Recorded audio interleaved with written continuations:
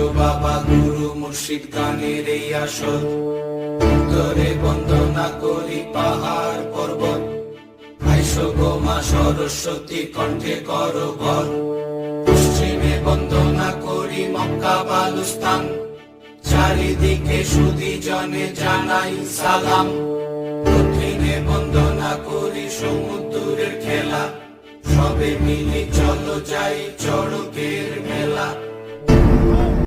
যে চাঁদ দেখার জন্য সারা ভারতবর্ষের বুক থেকে মানুষ পাগলের ন্যায় ছুটে আসে, তার ঠাকুর মার মুখে শুনে আসে, তার ঠাকুর মার মুখে শোনা কথা, দাদুর মুখে শোনা কথা, সেই ঐতিহাসিক গল্প মনে করে তারা ছুটে এসেছে।